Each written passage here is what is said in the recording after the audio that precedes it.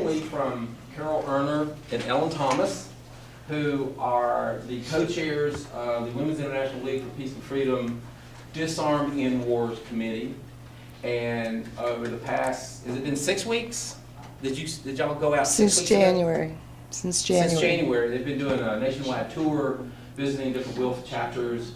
They can tell you more about that. It's a 101-year-old, women's organization that is fighting for many of the things. And they will explain more exactly what they're doing and why they're here, but they're the main act. And in the process of putting it together, we got invited to do a little bit of a PowerPoint that Clare, everybody knows Clare Hanrahan, because I think some people don't know Clare, and I worked with, and some of you probably know for about the last 6 to 7 years, we crisscrossed the Southeast as the New South Network of War Resistors, and just meeting with folks and doing anti-militarism and like talking about military-industrial complex and all the impacts that it has from atomic Appalachia on down through a number of things. And that's what this is. So we've taken a show and reduced it that relates to what they are going to be talking about. I see Veterans for Peace are here, and I see Physicians for Social Responsibility, and I see the Nomadic Sunny and Alina. How's balance? Huh? How's balance? Yeah.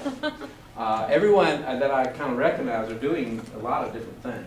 We engaged the military-industrial complex in an environmental impact statement study of atomic Appalachia and militarized Southeast. And it's more than just land, water, and sea, as you'll be seeing. And that's just the best thing to get over the jitters is to start, right? See? Right. Okay. So the military-industrial complex is corporate, government, and military joined together, conjoining their interests. This is a big puppet from the School of America's watch that represents, business, government, military. It's insidious and it's pervasive. It has many parts that are referred to as the global economic war machine. I mean, you can see the tentacles of the military-industrial complex reach everywhere into our lives, and this is only a smattering of the impact. And so when we're talking about the full, the full impact, environmental impact, we're talking about all of these things. So let's go into how we got here in the South. Back in the early 30s when Roosevelt was working on the New Deal, he occupied the Jim Crow South with military bases. He needed Southern votes to pass the New Deal, and they traded off, military jobs, infrastructure, and facilities for the votes. And the military maintains that there must be national sacrifice zones where weapons and soldiers can be tested, which leads us to the question. And is the South one of these sacrifice zones? We maintain it is, even the little bit we've been able to uncover, which is an enormous amount. From the nuclear weapons through all the waste facilities from the Cold War, we have toxins throughout Dixie. Dixie being the title of Dumping in Dixie by Dr. Robert Ballard in his very wonderful book there on environmental racism. And because of all that we gathered here through those means, we have become the most militarized region in the U.S. So, and at one point, Martin Luther King connected it all with his, speech that got him in a little bit of trouble, where he connected racism, economic exploitation, and war. They're all tied together. He got him killed, actually. Pretty much. And so there are human sacrifice zones. I mean, we all know that people of color bear the brunt of through racism of all manner of injustices, but particularly in the fence line communities, that's where we usually set up our hazardous facilities, our chemical hot spots. If you can imagine, 79% more likely to live in a fence line community. That's the definition by Dr. Ballard.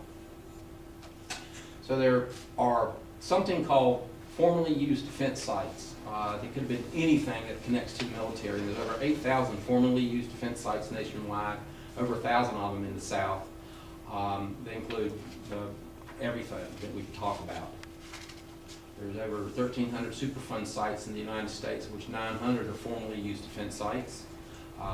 And to be called a Superfund site does not mean that you're going to be cleaned up or that if they say it's cleaned up, that they actually have. And what I found was the most difficult was the military and the Veterans Administration don't notify personnel about their exposure to contaminants of concern, and that was particularly played out with the Marines in Camp Lejeune.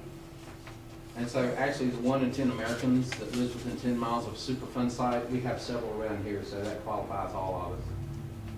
So you remember President Eisenhower at the time when he warned us about the influence, either wanted or unwanted, from the military-industrial complex. But he also was very keen about the problems inherent in militarization. And I like that quote, that the problem is in how far you can go without destroying from within what you're trying to defend without. And the Pentagon's large-scale program called Full Spectrum Dominance is to control every single possible theater of war, so they can have complete control. So we'll use MIC for the military-industrial complex. It's just easier, but it determines, pushes, and profits from the U.S. war policy. I mean, funding the weapons are hard. Unfunding them, defunding them is even more difficult. And of course, the military-industrial complex is what undergirds and supports capitalism, exporting it throughout the world. Privatizing profits and socializing the losses. It undermines academic freedom. There's like billions of dollars that are offered to steer, the brightest of the brightest into military research, weapons development, and there's like many benefits that they say that will come to students. Often they do, often they don't. It's a mixed bag. In '46, right after the war, because we were not unwinding or dismantling what has become permanent armaments industry, called the military industrial complex. So the Oak Ridge Institute for Nuclear Studies partners with Southeast universities, and today there's over 100 southern institutions that are all interconnected with the science and technology in service of the warfare state. And it's also infecting scientific research. If you know about the Operation Project Paperclip, we recruited all of these Nazi scientists just after World War II. We gave them a speedy entrance into the United States without any of the usual immigration hassles, and set them up in homes and business to do our rockets, right? Well, they did a lot of different things. They weren't just rocket people. They were doctors, they were engineers, they were hydrologists, they were chemists, they were anything that you can imagine that a defense, empire might want to have use for. But one of the most notorious, one of the most well-known would be Werner von Braun, that became acting director of the Redstone Arsenal. You'll see that in a minute. So we are consuming with the military the majority of oil and petroleum, of course, driving the climate change. 80% of the total Department of Defense energy consumption just in 2012 was oil. So we all know that the military is really driving the climate change with its use. So, expanding empire requires energy of any type. So if you, and we all, I know many of you in this room that are, ardent environmental activists, and whether you know it or not, you're resisting war, by saving not just the land and trying to redirect from non-renewable to renewable resources. But this is just a smattering. So war is a driver of global warming. The military doesn't have to report climate change emissions of any kind to any national or international body. Often their ships and vehicles use like the bottom of the barrel, so to speak, some of the dirtiest, fuel that they can. And it acts with impunity. It's violating treaties, the Geneva Conventions. Depleted uranium, or what we call weaponized uranium, is absolute violation and a war crime. It's the mass and indiscriminate destruction. And the violation of the convention is the prohibition of using a weapon that impacts future generations. It pollutes physical, cultural, political environments. It's kind of a composite of thoughts on that. The majority of the prisoners that are accounted for slowly being released from Gitmo, if you notice they haven't been shut down yet, were just people that were grabbed in exchange for thousands of dollars. this is Ahmed the sheep herder, and he's a terrorist, give me my 10,000. And that's passed for, intel on who's doing, the dirty work. We are devastating the planet. As you saw earlier, we're removing mountains for coal. The sonar is killing our marine animals. It's violating a lot of environmental protection rules. And you've got the Agent Orange, and now you've got the weaponized uranium killing the soldiers and the civilians. And Carol and Ellen have a particular bent on thermonuclear weapons, and we also, have a broader umbrella of just, uranium weapons and uranium warfare. It counts everything.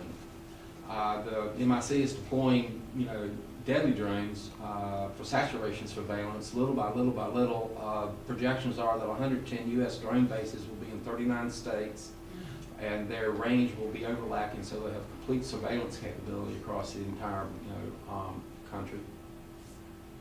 According to the National Defense Authorization Act, the president, checks about every 2 weeks, checks off a kill list when you hear of the secret CIA war of drone warfare, and they refuse to disclose who is killed up to a certain point. Some of the names are being forced to be released, and they're proud of a lot. And of course, we all have experienced our civil liberties being eroded by our military state, and the Center for Constitutional Rights, which is a good group, is very clear. The undoing of our democracy is so severe, it may never be regained. These are just examples of violations of people, from force feeding in Gitmo. You may or may not be aware that a third of the women in the military are sexually assaulted, and those are just the ones that are brave enough to come forward and report it. The woman on the right, I wish I knew which city she was in, probably, Seattle, Oakland, somewhere like that, but that's the results of a less than lethal rubber bullet assault on Occupy protesters. All that is happening while militarizing of the homeland continues. The National Defense Authorization Act and effectively endorses war without end and makes it indefinite military detention without charge or trial, a permanent feature of the American legal system. I mean, we're seeing more and more a lot of laws being passed that really continually erode our liberties. All that's happening is U.S. Space Command breaks treaty after treaty, where the intent was to keep space for peace. We don't do that, and the race is on to weaponize space, to have control, to be able to, in essence, extort and blackmail, countries and cultures to bend to the will of our wanting to command the entire globe. Go ahead. Well, it stands for itself. So you can. So this is a river, that little stream that comes out of the back of Oak Ridge. And that radioactive strontium and tritium in the groundwater and our streams and waterways. This is close to home, Clinch and Tennessee rivers. The seas and the oceans, the yellow dots represent World War II aftermath. There's about 9,000 locations of, sunken military, auxiliary, merchant marine vessels.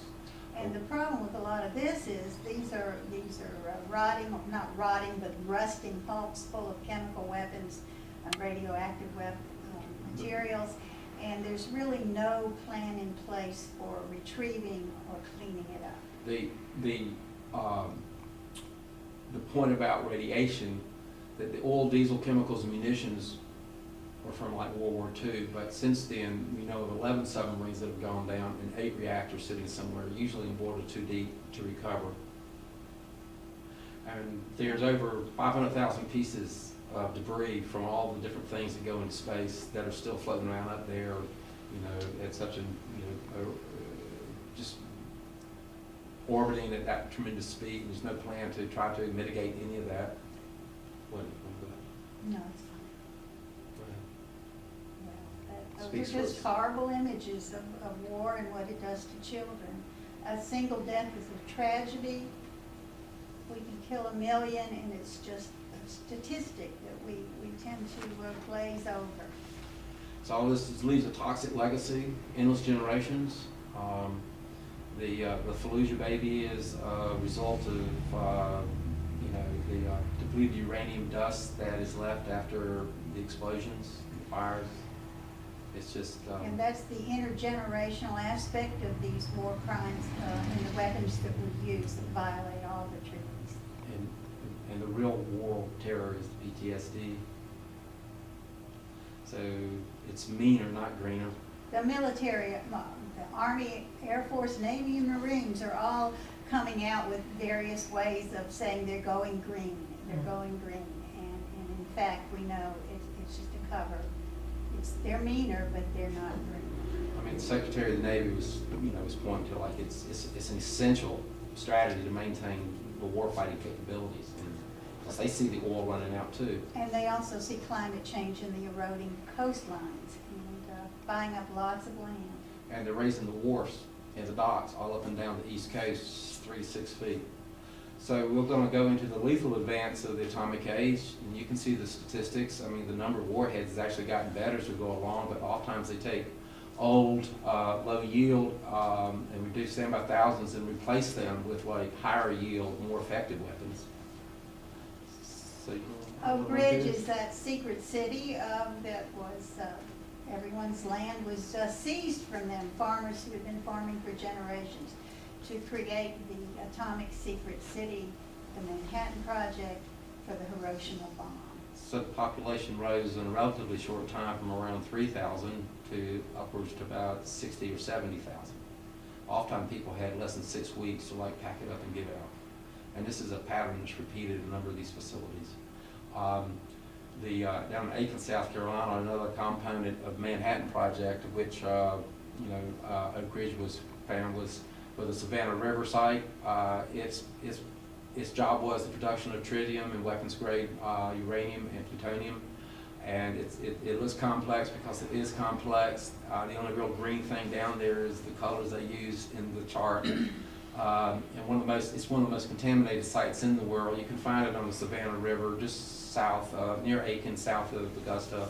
And it has all these things that are down in there, but even more, the 310 acres is built on a swamp with one of the South's worst earthquake faults under it. Mm-hmm. So Amarillo, Texas is a Pantex warhead assembly plant. It assembles and disassembles and reworks all kinds of shells and bombs and missiles. It's part of something now called the Life Extension Program that we'll come back to, but they are refurbishing these older weapons and making them more powerful for another 100 years worth of nuclear weapons on the shelf. Kentucky, Paducah, this is shut down, but like a lot of the depleted uranium is stored there. But this was a uranium enrichment plant, and when the operator was shutting it down, they just walked away from it, caused Kentucky to have to, negotiate, and they were able to come to some understanding, some deal that's kind of secret. Plus, all these thousands and thousands of pipes had radioactive gas in it that, if they didn't tend to, would just solidify. But now they're storing all that weaponized uranium. So Tennessee, TVA's Watts Bar nuclear reactor and bomb plant. Every nuclear reactor, every presumed power plant is also a bomb plant, and this is another violation here, particularly at the Watts Bar plant. It's against the conventions to use a commercial power plant for the production of weapons and military material, and this plant produces tritium. And tritium is the isotope that gives the atom bomb the hydrogen, bump. Barnwell, South Carolina. We're not picking on South Carolina, but for the longest time it was the only low-level radioactive waste dump. And low level is a misnomer. That just means it's no longer efficient enough to use in a reactor or be of any use. And oftentimes the work has suffered problems when cases were mislabeled and they happen to get a heavier dose of radiation when they were working with them. They've been closing it out, and now they're just accepting waste from the Atlantic Compact region, which is just a few states. But it's also sitting on top of an aquifer that feeds North Florida. So Tennessee is my home state, and the whole length and breadth of Tennessee is being compromised by radioactive waste. They accept the waste, often not telling the residents that the municipal landfill is going to be taking on radioactive waste. Look at that, 41 million pounds a year dumped in Tennessee. And they also were the only state permitting the commercial burning of radioactive waste. So when you drive the length of Tennessee, maybe hold your nose. Remember that fact, and I'm going to point out something else here in a minute, that they incinerate. So around and around and around we go. We actually the movement, anti-nuclear, has beat this one back a couple of times, but someone had the great idea they could take this so-called lower level, it's called, below regulatory, concern radioactive materials. But they keep changing what the regular. And work it into common everyday products, belt buckles, bowls, pots and pans that you cook in, everything, the handles. And it's just, every now and then you'll hear of a recall of something that, had, that was setting off Geiger counters. I mean, so, right this. Yeah, you just well, now, you go ahead. Go ahead. Well, You made the slide. we love this. No, it's a great honor for me. So currently, there's Japanese plutonium that's headed for the Savannah River site, and that's Governor Nikki Haley making that statement that South Carolina is at risk of becoming a permanent dumping ground for the nuclear materials. The Palmetto State is sometimes referred to as a plutonium state, and this, it is happening currently, and it's kind of a secret where they're moving it from. But actually, Greenpeace has a spotting, has a ship watch network, and they're the ones that reported it loading, and it will be down there eventually. And there's also attempts to bring Italian as well as German waste in, and they get held up when just people like yourselves or others who have been working a long time resist and point it out, and at the very least make them jump through very rigorous hoops. And South Carolina is a poor state. South Carolina is a rural areas, so resistance is difficult to get enough people together to resist. So the people that are resisting need support. Laura and a few others in the room, myself, Clare, all have gone to the Nuclear Regulatory Commission hearings where Duke Energy is trying to build its next 2 nuclear reactors near Gaffney. So it's around. So the life extension program is like billions of dollars put back into refurbishing old or the production of new weapons. So we have at least another 100 years of shelf life left. This is just for your information of a pattern of nuclear radiation hazards. Nowhere to go, is there? And the boxes off the coast, they no longer dump, but those were like radioactive dumping sites off the coast. This is the thermonuclear assembly line. You see there Oak Ridge and Savannah Riverside. The other major one is Los Alamos. But everything where they do research, Pentex, and Kansas City in the middle actually is the major assembly, and they produce a couple of thousand non-nuclear parts of these weapons. And in every one of those sites, there are organized resistance groups. I know Women's International League for Peace and Freedom is aware of all of these sites and works together with the groups. And this is like the weapons transport routes across the United States. It's there was a study here done by a lot of people in Asheville called Asheville at the Nuclear Crossroads, which is a good study to read to understand how compromised and perhaps even a national sacrifice zone too in our area, routing waste through on our highways. And we'll come back to that in a minute. So. The big lie, I want you to believe radiation is safe. That's not entirely the lie, but it relates. So after we vaporized Japan, those acts began to haunt the U.S. with national and cultural guilt. And all through the 50s, there was this rise of super concern. I mean, I know I did duck and cover. Show of hands. Were you in elementary school and did duck and cover? We joke about it sometimes. If you see the flash, just bend over and put your head between your legs and kiss yourself, kiss your butt goodbye. I mean, I actually remember having a chemistry set with some kind of, radioactive little thing in it, and the fallout shelters. All of this was just the mania, the hysteria that was, they're gonna come bomb us next. We were taken on tours of fallout shelters when I was a child. And of course, I was not a rich child, so we knew we would probably be inside. So it led to a lot of discussion about who you let in your fallout shelter and who would have to stay outside. And the headlines, the New York Times, 57, we were facing a danger unlike any danger that has ever existed. So Eisenhower was between a rock and a hard place because he was very much in favor, as well as his generals and his scientists around him, and particularly the corporate leadership in developing nuclear weapons. So he developed propaganda to distract the attention, away from his commitment to develop the weapons, and he called it like Atoms for Peace, and even made a very famous speech at the UN. It was all a feint because nuclear power and nuclear weapons are, one and the same in a manner of speaking. They're the only interchangeable, interdependent power energy science that we have. Atoms for peace and atoms for war have a marriage made in hell. And the Watts Fire Plan is indicative of that, isn't it? Yeah, but every nuclear bomb has a reactor in its assembly line. So spent fuel can be reprocessed for weapons-grade plutonium. Bottom left, this was back in the early 2008 to 10. The red states were what the corporations were actively planning to rebuild and create the renaissance for nuclear power. And we lie about it all the time. Could not find a really good picture, but up in Oak Ridge, which if y'all are unaware, it's only a couple hours here. It's the other side of Knoxville.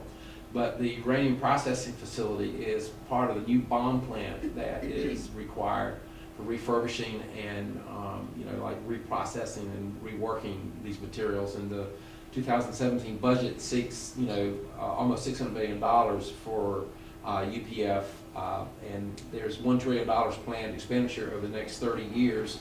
I don't know how they can tell what's going to be happening in the next year versus 30 years. And the National Nuclear Security Administration has broken this project into pieces, which disguises the total cost, and they haven't done a thing to revise the environmental impact statement. So you can act now to stop funding for the bomb plant, and I bet Carol and Ellen have a few ideas, but you can also support Oak Ridge Environmental Peace Alliance, or OREPA.org, which has held a space, and it's just been putting tremendous pressure on Oak Ridge and the government over there at the gates for 30 years, I think. So there's broken arrows, which is a term that means there's a nuclear accident.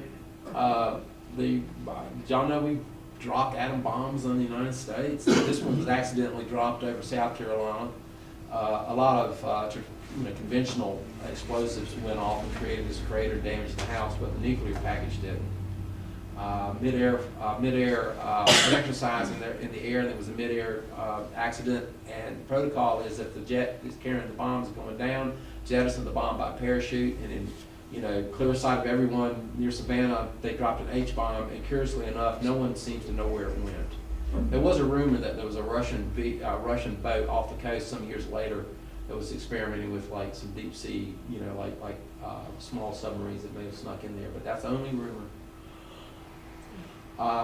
Goldsboro, North Carolina. That was a particularly frightening one because when that atomic bomb dropped, it was jettisoned by the jet, wasn't it? Right. This was a refueling, in-flight refueling accident, and the B-52 that was carrying the hydrogen bombs went down. The pilot stayed with it, but everyone else got out, so they jettisoned two of the bombs, and one of the parachutes failed, and they and when it hit the ground, they dug it out, and all but one of 6 triggers went off, and the other one was lost in the swamp. And they just decided to leave it there. They didn't know if the vibrations from the heavy equipment to dig it out would have set it off, and they just put a fence around it and said, and maintain a visual on it. And it's been so long, I haven't heard much about it. I imagine locally, if something was going on out there, we would have heard it. So we can presume it's just still sitting out there. Waiting. In Mississippi, I was surprised to find this out. That's not far from my home when I was being raised in Memphis. There's a stone monument there at Ground Zero where they detonated these devices. Underground. underground, but they paid off the residents, $10 per adult and $5 per child. To move out of the downwind plume.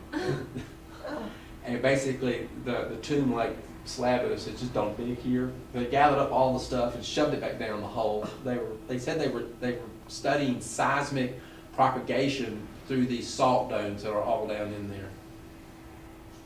Our soldiers, sailors, and civilians have all been sacrificed and betrayed. This is just a composite of some images that you're familiar with, like putting the soldiers, 210,000 soldiers out in, like the test areas in the west to see what would happen if a bomb went off near them. There's been unspeakable scientific trials that reduced thousands of men, women, and children to like just specimens. We release chemical, biological, and nerve agents, without telling the sailors, on the boats, on the naval vessels out in the middle of the sea. And over half of the U.S. nuclear weapons workers are exposed to high doses of radiation. Again, all that's the tip of the iceberg. Back to the Nazis that we earlier talked about from Operation Paperclip and Werner von Braun. We hired him to build the rockets. And then the chemical weapons that Germany had. Often were buried there, and there were like 6 mustard gas plants that were operating there that they later produced DDT and pesticides. Needless to say, it's a Superfund site. So the Redstone Arsenal is the U.S. Army Missile Command in Marshall Space Flight Center. I mean, it is the Army's control point in combination, with a few other places where they, store ordnance missiles. Yeah, I know, Marshall. So we're poisoned with rocket science.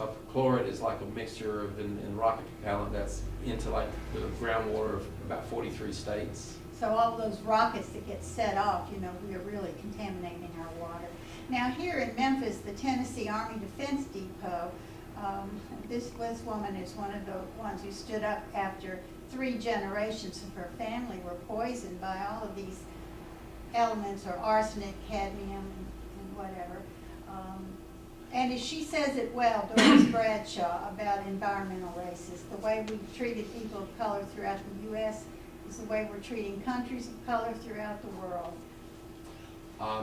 Just 45 minutes from here is Jonesboro. If you get on like 26 west and go over the mountain, you come to Irwin, and Jonesboro is just off to the left. It's Aerojet ordnance. That's where depleted uranium weapons or ordnance are produced. And then I mentioned Irwin is right there at the same place. Actually, Irwin's the first large town you get to after you come down the Tennessee side. It has it is a major complex.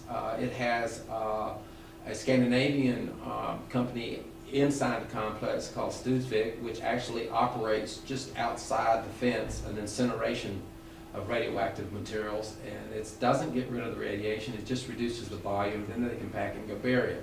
And it supplies the fuel, the nuclear fuel, to these Trident submarines, which are first strike weapons. And there's like, you can read the notes, there's just this deficient safety culture, and it's just constantly having problems going on. A couple of years ago, a fellow fell into a vat of really radioactive stuff, and he was burned seriously, and I think he finally died. And then both of those facilities have both downstream and downwind plumes. The Nobleshocky River drains western North Carolina, eastern Tennessee. They did control sample grabs of water and soil and found radioactive materials identified from these places 95 miles downstream. The wind deposits the fallout into Madison County, particularly making Madison County having the highest cancer rate in North Carolina, twice that of the national average. It's beautiful. Trouble is, radiation is invisible, and we can pass these places and have no idea of what we're being subjected to. And so in Georgia, just 30 minutes above Jacksonville on the extreme southeast point of Georgia is the Kings Bay Trident submarine base. That is a Cold War first strike thermonuclear weapons platform. One of those submarines has 24 if the magazine was fully loaded, there's 24 Trident missiles. Each missile has 8 warheads independently targetable, so that's what, 192? cities off of one submarine. So the Southeast Nuclear Power Plants has like 37 reactor units, including Louisiana and Arkansas. As early as 1972, Wall Street was advising investors to get out of nuclear because it couldn't survive without massive subsidies, in a market economy. And have y'all ever heard of construction work in progress? So that's where the power companies are allowed to pass off the cost of construction into the rate base to charge us, like years and years and years ahead of getting in the electricity, and they never have to complete the facility, and they can walk away from it, and it's just, it's a gift. This is particularly scary when you think about all the earthquake zones and the nuclear power reactors built right on top of them. The darker coloration on The darker the chart red, brown, shows you where it's most likely to be an earthquake. You see where the Outer Banks are down below it. You have that darker little spot, which is really around the Savannah River. That's where the Savannah River site is. And the U.S. has 23 GE, reactors. Boiling water reactors that have what is called Mark I containment system, which is the same system used at the Fukushima plants. We got this is the Fukushima radiation plume at one point. Real quickly, there's a couple of reactors and the problems they had. In Florida, there was increased childhood cancer from nuclear reactors, high levels of strontium. Strontium is like really persistent. It has a chemical, it's analogous to like calcium. It goes everywhere in your body. North Anna in Virginia, within 3 years of startup, there was this, pretty large increase in infant deaths, local infant deaths. They also recently, in the past few years, had an earthquake there that affected that area. Shook some of those gigantic concrete steel cases that like moved them 20, 25 feet. Shell Bluff, Georgia, the Vogel Company. This was supposed to be the nuclear industry's renaissance facility. They built two, and they want to build two more, but they're unexplained cancers, and it's mostly black, Burke County. There's no requirements, no funds for testing anything, including the residents. The original estimate was somewhere between 600,000 to 1.2, like million. Now they're projecting. Is that the Southern Company? Yes. Yes. Yeah, Laura, that Southern Company. Yeah. Yes. And so now the estimates are upwards to 10 to 12 billion. So we're wasting the future. Each 1,000 megawatt nuclear power plant produces about 500 pounds of plutonium each year, and there's roughly, at the increase, we put this up a few years ago, so you can do the math. There's probably closer to 80,000 tons of spent nuclear fuel waiting for dispensation. We have nowhere to put it. We meant to take this one out. It's a little outdated, but at one point they were digging out in Yucca Mountain for a permanent repository. Y'all remember not too long ago all the hoopla about where to bury it in the mountains. That was up near Sandy Mush.